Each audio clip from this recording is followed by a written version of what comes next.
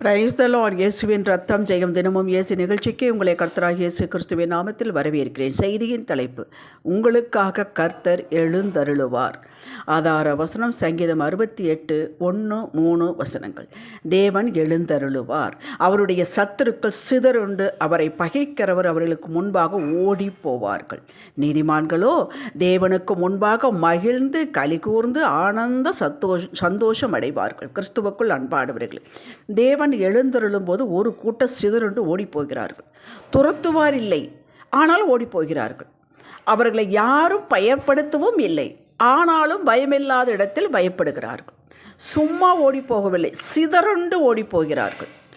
பகையினர்கள் வரும்போது ஒன்று கூடி வந்தார்கள்.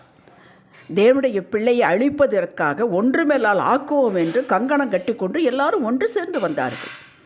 தேவன் எழுந்ததும் ஒன்றாக ஓடிப்போகவில்லை, சிதறுண்டு ஒருவர் சந்திக்காத முடியாதபடி ஓடிப்போக வைத்தார். சத்துரு வரும்போது வெள்ளம் போல் வந்தான், மோதினான். இது இயேசுவின் மேல் அஸ்திபாரம் போடப்பட்ட வாழ்வு, அவரையே சார்ந்திருக்கும் வாழ்வு. அவர் நமக்குள் வாசம் செய்கிறார் என்று அறியாமல் மோதினான். உடைந்து வெளியேறுகிற தண்ணீரை போல ஓடிப்போனான். தேவன் எழுந்தருளும் பொழுது சத்ருவுக்கு, அதாவது நம்மை எதிர்த்தவர்கள், காரணமில்லாமல் பகைக்கிறவர்கள், வஞ்சகம் செய்து ஏமாற்றுகிறவர்கள், இவர்கள் புள்ளப்பூச்சி, இவர்களுக்காக யார் வந்து கேட்பார்கள், இவர்களும் கையாளாகாது என்று நினைத்து நம் மீது மோதினவர்கள், ஏமாற்றினவர்கள், இழிவாக பேசினவர்கள், நிந்தையாக பேசினவர்கள், இப்படிப்பட்டவர்களுக்கு நேர்ந்த கதியை 2 நாளாகும் 20 வாசித்து பாருங்கள். அதுதான் இவர்களுக்கு வரும். இஸ்ரவேல் மக்கள் பாடி துதி செய்ய தொடங்கின போது யூதாவுக்கு விரோதமாய் வந்து பதிவிருந்த அம்மோன் புத்திரரையும் மோவாபியரையும் சேகீர் மலை தேசத்தாரையும் ஒருவருக்கு விரோதமாக ஒருவரை கர்த்தர் எழும்ப பண்ணினதினால் தேவன் எழும்பி இவர்களை ஒருவருக்கொருவர் விதமாக எழும்ப பண்ணினார். ஒரு ஆவி, விரோத ஆவியை எழுப்பினார். அவர்கள் வெட்டுண்டு விழுந்தார்கள். நான் யோசபாத்து பற்றி தான் சொல்லுகிறேன். இதுதான் நடக்கும் உங்களுக்கு விரோதமாக எழும்புகிறவர்களுக்கு. உங்களது பலம் ஒன்றுமில்லை, பராக்கிரமம் ஒன்றுமில்லை, ஏதும் உங்களிடத்தில் இல்லாமல் இருக்கலாம். உங்களுக்குள்ளே குடிகொண்டிருக்கிற தேவ ஆவியானவர் எழுந்தருளுவார். உங்களுடைய பலம் அவருடைய பலம், உங்களுடைய ஞானம் அவர் கொடுக்கும் ஞானம், தேவ ஞானம். நீங்கள் கண்ணீரோடு முறையிட்டால் போதும். இப்படி சொல்கிறார்கள். அவர்களுக்கு முன்பாக நிற்க பலனில்லை, ஞானம் இல்லை, என்ன செய்வதென்று தெரியவில்லை. இந்த ஸ்டேட்மெண்ட்டு போதும். சொல்லுங்கள், ஜெபியுங்கள். தமது ஜீவனை கொடுத்து சொந்த இரத்தத்தால் கொட்டி விலைக்கிரயம் கொடுத்து வாங்கியிருக்கிறார். உங்களை வேடிக்கை பார்க்க மாட்டார்.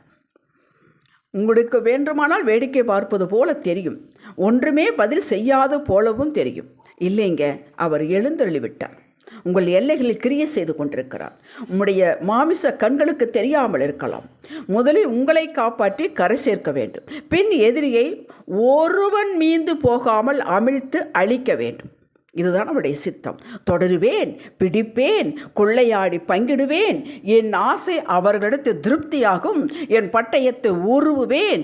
என் கை அவர்களை சங்கரிக்கும் என்று பகைனன் சொன்னான். என்ன நடந்தது? தேவன் எழுந்தருளி அவருடைய ஒரு காற்றை வீச பண்ணினார். கடல் அவர்களை மூடிக்கொண்டது. திரளான தண்ணீர்களால் ஈயம் போல அமிழ்ந்து போனார்கள். யாத்திராகும் 15:9-10. பார்வோன் சேனைக்கு நடந்த காரியம் இதுதான். அப்படித்தான் இப்போதும் உங்களையும் என்னையும் எதிர்க்கிறவர்களுக்கு நடக்கும். பழைய ஏற்பாட்டு காலத்தில் தேவன் மேகஸ்தம்பமாய் அக்கினி ஸ்தம்பமாய் இஸ்ரவேலுக்கு வழிநடத்தி கொண்டு வந்தார். மேகம் எழும்பினால் எல்லா கூடாரங்களும் எழும்பும். மேகம் தங்கினால் நின்றால் அத்தனை கூடாரங்களும் ஆசாரிப்பு கூடாரத்தை சுற்றி பாளையம் இறங்கி அமரும். இன்று ஆவியானவர் நம்முள்ளே தங்கியுள்ளார். அவர் மேகஸ்தம்பமாய் அக்கினி ஸ்தம்பமாய் வரவேண்டியதில்லை, அவரே உள்ளவன் தங்கிவிட்டார். நம்முடைய ஆவி ஆத்தும சரீரத்தை ஆலயமாக்கி கொண்டார். அவருக்கு தெரியும் எப்போது எப்படி பதில் கொடுக்க வேண்டும் என்று.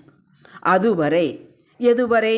நமக்கு அடுத்த கட்டளை கொடுக்கும் வரை என்ன முதலில் சொன்னாரோ அதையே செய்து கொண்டிருந்தால் போதும். சங்கீதம் 68:2 சொல்கிறது, நீதிமான்களோ அவருக்கு முன்பாக கலிகூர்ந்து சந்தோஷம் அடைவார்கள். எதை கண்டு? எதையும் காணவில்லை. ஆனால் ஆகிலும் கர்த்தர் நமக்குள்ளே இருக்கிறார், வாக்கு கொடுத்திருக்கிறார். அந்த வாக்கு நம் இருதயத்தில் இருக்கிறது.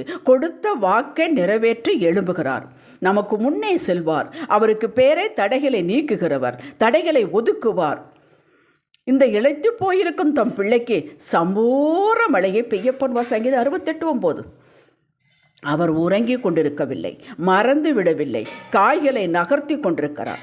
திக்கற்ற பிள்ளைகளுக்கு, விதவைகளுக்கு விசாரிக்க, நியாயம் செய்ய எழும்புவார் வெகு சீக்கிரத்தில்.